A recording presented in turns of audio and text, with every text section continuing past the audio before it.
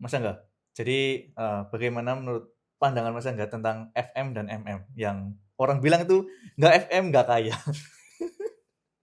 Jadi gimana? Oke, yang pertama kita perlu sepakati dulu, FM itu bagian dari MM sebenarnya. Yes, Oke, jadi cuman kan memang ada branding ya, iya, branding FM dan MM. Sebenarnya MM itu apa? Money management. betul, Jadi cara kita mengatur money management kita. mhm, FM itu kan cara kita memanage money kita dengan FM kan gitu. yes, Nah, sebenarnya pada dasarnya, nah ini sebenarnya nyambung sama video sebelumnya ya, bahwasanya eh, ketika kita adalah seorang profesional trader, ya kita ngerti.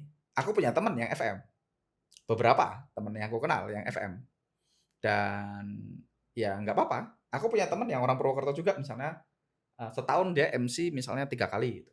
Tapi ini belum FM ya, ini entry yang misalnya dia averaging ya, mhm, averaging dan marti gitu. Pertanyaannya, apakah averaging marti itu strategi yang buruk? Jawabannya yes. Kalau dilakukan pemula dan dia tidak tahu datanya dan dia tidak punya ekspektasi yang benar, ya dalam banyak hal averaging marti itu sesat.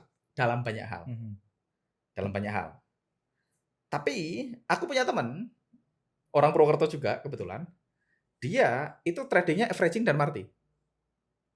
Tapi dia averaging dan marti di level-level tertentu dan dia udah ukur. Dan dia tidak compounding. Artinya gini, dia punya saldo let's say 1.000 lah, biar gampang ya, sebagai yes, contoh. Deposit $1.000. Dia 1.000, dia buy, averaging, marti, nanti balik arah profit jadi 2.000 DWD. Nanti buy, averaging, profit, mati jadi 2.000 DWD. Jadi tiap profit DWD, tiap profit DWD. Nah dari situ nanti dia akan menemukan, oh ternyata setahun dia MC 3 kali misalnya. mhm, Berarti total deponya dia $3.000. 1.000, 1.000, 1.000. Tapi total WD-nya let's say 6.000.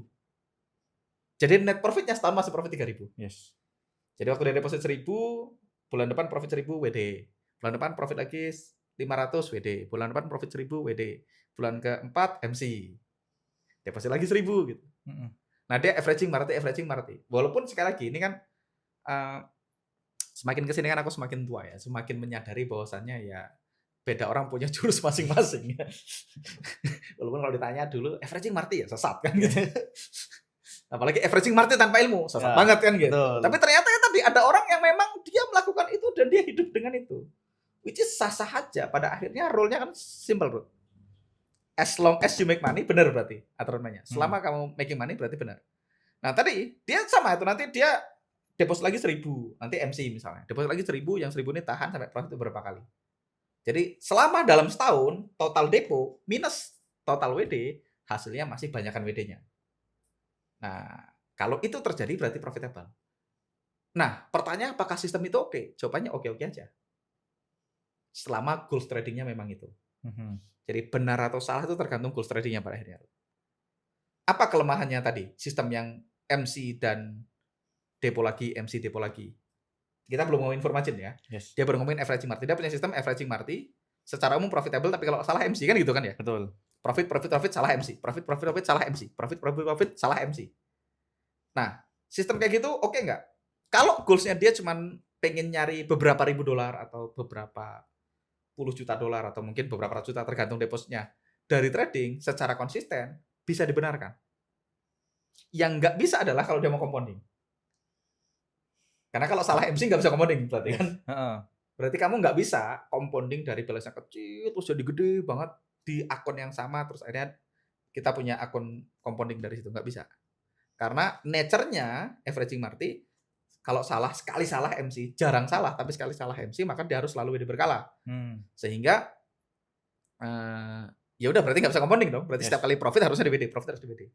Paling nanti tahun depan balance-nya gede. Misalnya tahun ini sekali deposit 1.000, nanti tahun depan mungkin sekali depo berani 1.500, mhm, tahun depan sekali depo 2.000. Ya compounding juga tapi nggak di satu akun. Jadi agak beda treatmentnya. Balik lagi, ketika kita MM, ya pada akhirnya MM itu apa? Kita punya resiko, risk per transaksi. Aku sering nyebutnya risk pribadi. mhm, Risk pribadi itu apa sih? Risk pribadi, kita udah sering bahas berkali-kali. Risk pribadi itu bukan angka yang kita siap kehilangan. Kan? yes, Apa? Risk betul, pribadi adalah angka yang kita hargai, tiket nonton. tiket nonton, Iya, risk pribadi adalah aku mau bayar berapa untuk lihat setup ini, SL atau TP. Misalnya, aku mau buy gold di sini. Aku jelas nih, buy-nya di sini, buangnya di sini kalau salah, TP-nya di sini. Jadi cut loss-nya jelas atau SL-nya jelas, TP-nya jelas. Ketika saya punya posisi, saya tahu mau beli di mana, SL di mana, atau cut loss di mana, TP di mana. Nah, aku perlu tentukan risk-nya mau berapa di transaksi itu. Nah, risk berapa, resiko itu adalah tiket nonton. Bukan angka yang kita siap kehilangan, karena belum tentu hilang. Aku nggak suka pakai angka yang kita siap kehilangan, karena Jadinya negatif. vibe-nya negatif, belum tentu hilang. Terus kalau siap hilang, nanti nggak dihargain, ngawur juga. Paling kan gitu kan. Makanya aku sukanya pakai tiket nonton. Berapa angka yang kamu siap bayar untuk lihat posisi ini nanti bakal SL atau TP. Itu namanya risk pribadi. Nah, risk pribadi itu menentukan MM-nya kita. Ada orang, untuk lihat setup ini, hit SL atau TP itu 1% berannya dari modalnya dia. Bisa jadi 2% dari modalnya dia. Bisa jadi 3% dari modalnya dia. Nah, itu MM. Dia mau pakai risk berapa? Nah, beda orang beda. Nah, kalau aku aliran yang pakai fix risk. Artinya misalnya, oke, aku mau 2% dari modal. 2% dari saldo gue. Nah, 2% dari saldo. Nah, 2% dari saldo berarti ya udah kalau aku punya duit 1 miliar berarti 20 juta. Yes. Kalau aku punya duit 100 juta berarti 2 juta. Tiket nontonku 2 juta. Aku punya saldo 100 juta. Kita pakai 100 ya biar gampang hitungnya ya, biar persentase gampang. Aku punya duit 100 juta. Tiket nontonku 2 juta. 2 juta. Berarti kalau ini kena SL aku loss 2 juta, kalau ini kena TP mungkin aku dapat 6 juta ataupun 8 juta, ataupun 10 juta ataupun 2 juta atau 4 juta tergantung RR yang kita pakai. Nah, itu MM. Nah, ketika kita FM, sebenarnya FM kan bagian dari MM. Iya, benar. Iya toh? Iya, benar. Bedanya, kalau tadi aku resikonya 2 juta, depositnya nggak perlu 100 juta, depositnya 2 juta aja. Kan gitu aja sebenarnya. Betul. Cuman bedanya kalau FM dihabisin marginnya. Jadi dia deposit 2 juta, buy ketika searah dia buy terus. Kalau salah toh hilang 2 juta, menurut dia kalau benar, siapa tahu benar, dapat banyak. Yes. Ya kan sebenarnya trading dengan RR yang oke kayak 1/10 gitu misalnya. Sama aja kan aku trading pakai RR 1/10 atau trading pakai RR 1/15 atau 1/5 gitu. Kalau loss 2 juta, kalau benar jadi 10 juta kan gitu. Iya, benar. Kalau aku punya setup di gold, buy di sini, SL di sini, RR 1/5. Risk per trade-ku 2 juta, ya kalau benar aku dapat 10 juta, kalau loss aku hilang 2 juta. Nah, itu MM. Kalau FM sama aja. Sama aja. Cuman bedanya aku habisin 2 jutanya. Jadi daripada aku pas deposit 100 juta dengan risk 2 juta, 2 jutanya tak taruh. Iya kan? Yes. Buy. Kalau loss MC. Karena Dan risikonya profit 2 juta. Kalau benar jadi 10 juta. 10 juta. Which is ya plus minus sama aja. Beda, tapi kan beda kalau MMS kan dibuy terus Mas, dihabisin marginnya. Betul, tapi kan kalau dihabisin marginnya ketahannya jadi dikit toh. Untuk loss kan nggak perlu harus balik ke stop loss. Yes. Kalau di full margin harga naik dikit di buy, di harga balik dikit aja bisa MC. Sama aja kalau 1/5 juga kemungkinan kena TP-nya sama kemungkinan profit 10 jutanya sama-sama kecil. Betul nggak? Betul, Mas. Kalau deposit 2 juta full margin, kemungkinan dia jadi 10 juta sama kemungkinan MC 2 jutanya gedean mana? 2 juta. Gedean loss 2 juta, betul kan? Betul. Artinya probability juga pada akhirnya kan. Kalau aku entry dengan risk 2% dari modal, kemungkinan dia kena SL sama TP, kalau TP-nya 10 juta, lebih gede kena SL, kemungkinan kena SL. Yes. Selama win rate-ku di atas 20%, aku profit kan gitu aja sebenarnya. Betul. Kalau orang FM kan gitu. Oke, aku 2 juta kalah, 2 juta kalah, 2 juta kalah, 2 juta kalah. Sekali bener 10 juta. Ya udahlah, total loss 8 juta, total TP 10 juta. Sama aja sebenarnya. Probability hit-nya sama, ininya sama, selama belinya di tempat yang benar kan gitu. Betul. Jadi yang perlu dipelajari sebenarnya yang di awal yang perlu dipelajari itu skill-nya adalah di mana tempat ketika kita masuk, kita punya kemungkinan benar lebih tinggi daripada kemungkinan salah. Kalau salah, loss-nya sedikit. Kalau benar, profitnya lebih banyak daripada loss-nya. Itu yang perlu dipelajari ya. Yes. Jadi jangan debat FM. Nanti dulu. Anda perlu belajar sebuah skill trading di mana Anda bisa mengidentifikasi area entry, di mana area entry ini punya kemungkinan benar lebih besar daripada kemungkinan salah. Itu yang pertama. Yes. Yang kedua, kalau salah kita pastikan salahnya jelas sedikit. Kalau benar, kita pastikan profitnya lebih banyak daripada kalau kita salah loss-nya. Kalau kita punya probability yang oke, risk yang kecil dan reward yang oke, ini udah benar nih, sudah punya sistem trading dan MM yang benar. Perkara 2 jutanya mau depositin semua 2 juta SL mau didepositin, atau apapun. Ini kan sebenarnya pada akhirnya cuman ya juga Iya. sebenarnya. Masalahnya banyak orang berpikir full margin itu full aset, Bro. Yes, benar Mas. Banyakan di luar sana gitu soalnya. Nah, yang bikin sesat kan itu, Heeh. yang bikin sesat karena orang nonton orang lain di TikTok bisa merubah uang kecil jadi uang gede, terus dia deposit semua duitnya dia, rungkat. Dia full aset soalnya. Mhm. Betul, full aset Yes, dia. benar. Aku misalnya, tadi kita balik lagi, aku punya duit berapa? 100 100 juta. juta. Aku punya posisi buy di gold. Aku udah tahu resikoku kalau SL 2 juta, kalau TP misalnya 10 juta. Mhm. Daripada tak depositin 100 dari broker, aku deposit 2 juta dari broker. 2 juta, MC resikonya. Mhm. Entry pertama MC loss 2 juta. Entry kedua MC loss 2 juta. Entry ketiga MC loss 2 juta. Entry keempat MC. Entry kelima, di setup yang lain tentu aja ya, Yes. TP jadi 10 juta.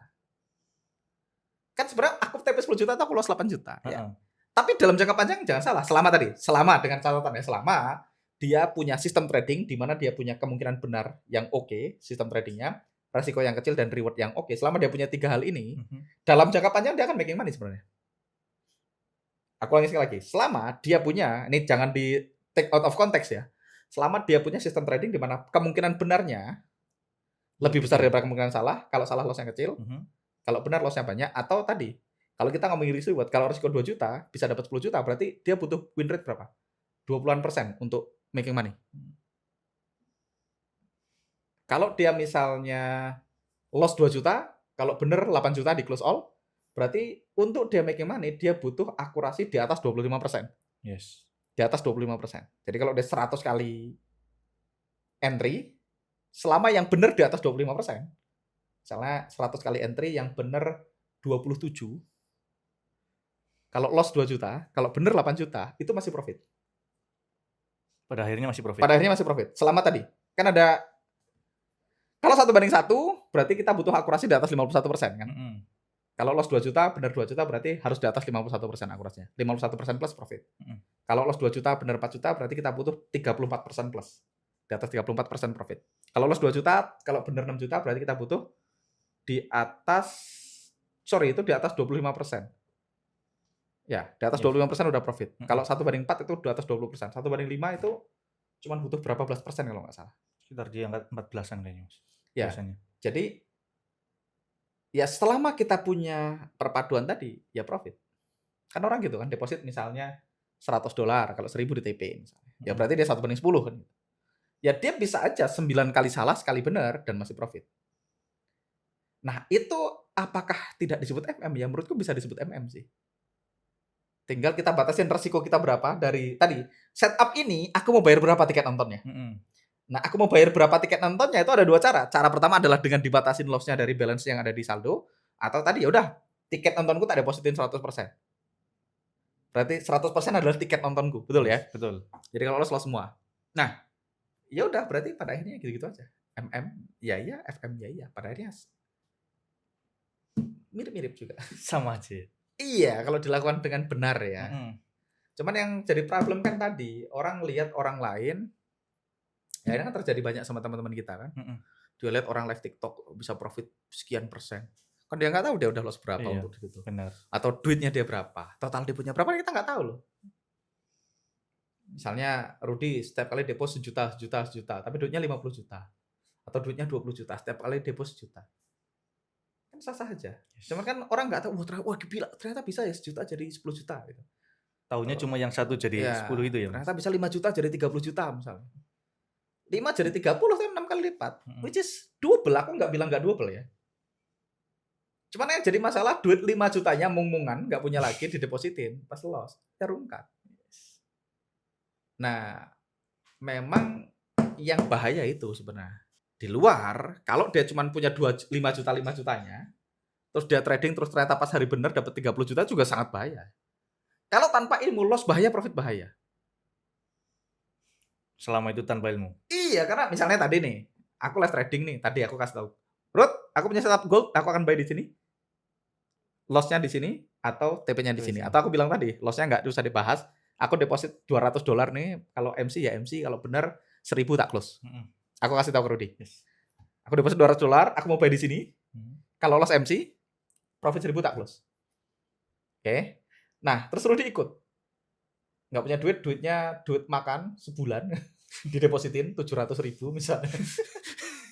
Jadi 3 juta profit. Bulan depan lu deposit lagi nggak? Pasti deposit. 3 jutanya kan? Yoi, betul. Pasti. Kemungkinan rungkatnya lebih gede nggak daripada kemungkinan TP? Lebih gede. Yes. Kemungkinan SL selalu lebih gede daripada kemungkinan TP. Kita perlu sepakatin dulu. Kemungkinan loss-nya selalu lebih gede daripada kemungkinan profit-nya. Karena tadi kalau profit dapat gede. Tapi kalau itu dilakukan dalam jangka panjang, harusnya profit. Problemnya tadi, orang itu full aset. Full aset padahal udah nggak punya yang lain. Iya, bukan full margin. Iya, jadinya bukan full margin, Mas. Nah, itu yang perlu diperhatikan. Memang agak trik ya, bahaya emang dunia ini kalau. Jadi sebenarnya ini bukan tentang perdebatan FM dan MM sebenarnya. Perdebatannya adalah tentang apakah Anda punya sebuah sistem trading yang bisa dilakukan secara konsisten, yang rule-nya jelas, yang memungkinkan Anda punya entry yang tadi punya kemungkinan benar yang oke, punya resiko yang kecil dan punya reward yang oke. Nah, kalau Anda udah punya 3 ini dan Anda punya data dalam waktu yang lama di mana 3 ini mungkin terjadi berdasarkan semua kondisi market, ya di backtest waktu kondisi downtrend ini ada, kondisi uptrend, kondisi sideways, sistem ini terbukti bertahan. Terbukti dalam jangka waktu 100 data cukup banyak misalnya. Dari 100 data ini aku terbukti oke win rate-ku sekian, win rate-nya sekian, kalau loss sekian, kalau profit sekian. Tahu nih, win rate-nya sekian, loss-nya sekian, profit-nya sekian, dalam jangka panjang masih profit. Kalau udah punya itu, ya pada akhirnya bebas. Anda mau deposit SL-nya semuanya didepositin semua, atau mau pakai MM yang 2% per transaksi atau 5% per transaksi, pada akhirnya sah-sah aja. Dan pada akhirnya di satu titik itu kita akan trading pakai leverage. Di satu titik ya. Tapi kan sekali ini kita harus pisahin, ini ada obrolan pemula apa obrolan pro nih. Kalau obrolan pemula ya selalu, kalau untuk pemula aku selalu menyarankan maksimal 2% dari modal per transaksi resikonya. Bukan karena duit, Ruth. Karena mempengaruhi psikologi kalau pemula. Jadi mentalnya ya, Mas, yang nanti akan terpengaruh. Yes. Kalau pemula, percaya sama saya, kalau teman-teman pemula nih, teman-teman udah pegang data nih. Menurut data riset saya, Mas Angga, sistem trading saya itu punya akurasi 42%. Dari 100 kali 42 TP, kalau loss 1 juta, kalau benar 2 juta. Profitable, Mas? Betul. Terus Anda entry dengan risk 10% dari modal. Percaya sama saya, waktu floating profit 11% atau 7% udah di close, belum sampai 20%. Padahal datanya kalau loss 1 juta, profitnya 2 juta. Betul kan? Artinya kalau loss 10, profitnya 20. Iya kan? Kalau loss 10 juta, profitnya 20 juta. Pada prakteknya, kalau kegedean, baru floating profit 5 juta sudah di close. Padahal kalau hilang 10 kan gitu. Apalagi kalau udah floating profit 18 juta, turun jadi 13 juta, naik jadi 15 juta, minus 3 juta, plus 1 juta udah di close. Karena udah digonjang-ganjing itu. Yes, di kopiok sama kehidupan kalau udah kata Mas dikocok. Makanya balik lagi kalau pemula tradingnya for skill. Jadi nggak ngaruh Anda mau FM mau MM. Nggak kaya juga kalau nggak punya skill. Karena pada akhirnya perlu skill untuk berani nahan floating profit sampai ke TP, sampai ke target profit kita. Supaya apa? Supaya tadi angka-angka tadi jadi work kan gitu. Jadi pada akhirnya di awal saran saya jangan melebihi 2%. Di awal karena goalsnya sekali lagi goalsnya skill, goalsnya melatih diri deg-degan dan tidak intervensi dan melakukan sesuai dengan target yang kita lakukan tadi. Kalau aku bilang 1.000 baru tak close, ya 1.000 baru di close. Kan udah jelas nih. Aku deposit 100 loss, 100 loss, 100 loss, 100 loss. Kalau 1.000 tak close. Tapi kalau nggak punya modal kan, atau nggak punya mental, 100 tadi. Karena udah loss 5 kali sih, udah loss 500, 100 jadi 700 kan. Bentar lagi 1.000 nih. Minus 50, balik lagi plus 200 sudah di close. Nggak balik modal dong. Tadi udah loss 500, sekarang plus 200 di close. Padahal ini kan harusnya sampai 1.000 di close. Padahal ini nggak akan mampu nahan. Jadi sekali lagi buat pemula, ya MM 2% dari modal untuk melatih mental. Nah kalau sekali lagi, kalau sudah punya sistem trading, sudah punya skill, psikologinya udah jadi, nah ini udah, ya Anda juga nggak akan nanya gitu sih kalau udah punya skill ya. Iya benar sih. Betul nggak? Betul, Mas. Fakta dia nanya kan dia nggak paham kan? Kalau dia udah punya skillnya, udah punya mentalnya, udah punya sistem tradingnya, udah punya psikologinya, pertanyaan tadi itu nggak akan ditanyain. Fakta dia nanya, berarti belum punya. Betul. Nah, sekarang tadi aku bilang, pada akhirnya kita akan trading pakai leverage itu gimana? Pada akhirnya di satu titik, Ruth, ketika duit kita sangat banyak, ya kita nggak akan taruh semuanya di broker. Misalnya, kita tadi awal-awal kan tadi aku misalnya, aku punya duit 100 juta, tak depositin 40 juta. Resiko 1% dari modal atau 2% dari modal. Ya kalau duitnya 40 juta berani deposit semua. Mhm. Nanti di satu titik duit kita semakin banyak lagi, semakin banyak lagi, semakin banyak lagi. Di satu titik misalnya, Rudy ngelola 1 juta dolar. 1 juta dolar berapa? Let's say 1 juta dolar 17 miliar, betul ya? Betul. Hampir nggak nyampe sih, 16, anggaplah 17 miliar. 16 something. Punya duit 16 miliar atau 1 juta dolar. Nah, Rudy punya resiko per transaksi let's say berapa? 2% dari modal. Oke. Berarti 1 juta 2% 20.000. Yes. Betul ya? Nah, pertanyaannya, dengan catatan nih, Rudy sudah punya skill, sudah jago, sudah pro, sudah punya semua mental psikologinya. Apakah Rudy harus deposit 1 juta di broker? Enggak harus jawabannya. Bisa jadi Rudy tetap entry dengan risk 2% atau risknya 1% boleh. Misalnya, oke, aku risknya 1% mas, aku tetap konservatif. Duitku 1 juta dolar, resikoku 1% per trade. Jadi balance 1 juta dolar, resikonya 10.000 dolar per transaksi. Pertanyaannya, apakah aku harus deposit 1 jutanya ke HFM misalnya? Enggak harus. Aku bisa aja punya duit 1 juta dolar, 900 ribunya kita parkir di BCA, taruh HFM 100 ribu aja. Risk per trade tetap 1% dari 1 juta. Jadi risknya tetap 10 ribu. Kalau dilihat dari balance, seolah-olah risknya 10%. Bayang ya? Yes. Jadi kelihatan gede, padahal sebenarnya enggak. Nah itu pada akhirnya itu. Atau tadi, lebih jauh lagi, boleh sekali deposit 10 ribu. Kalau SL ya deposit lagi 10 ribu. Kalau SL deposit lagi 10 ribu. Sebenarnya pada saya sah-sah aja. Tapi ini kan bukan pembahasan, ya kalau Rudy udah tahu ngelakuin itu, Rudy juga nggak nanya ke aku kan. Jadi FM plus MM jawabannya sama aja. Sama. FM adalah bagian dari MM. FM itu kan cara lain mengatur MM. Iya. Sesuai dengan selera si pengguna. Gitu. Jadi itu jawabannya. FM dan MM sama aja. Ya, tapi kalau untuk pemula tak sarankan fokus skill. Fokus membangun skill. Ya terserah kalau FM-mu bisa membangun skill trading ya sebenarnya sah-sah aja. Tapi kok kayaknya, sekali lagi ini kan kayaknya ya, berdasarkan penerawangan dan pengalaman kita, kalau membangun skill kayaknya lebih bijak pakai MM di awal. Karena balik lagi, kalau MM nggak kaya, FM juga nggak bakalan kaya. Oke. Iya kan? Iya. Kalau Anda masih nggak bisa trading, ya mau pakai MM yang nggak kaya, FM juga nggak kaya sama aja. Gitu. Sama aja.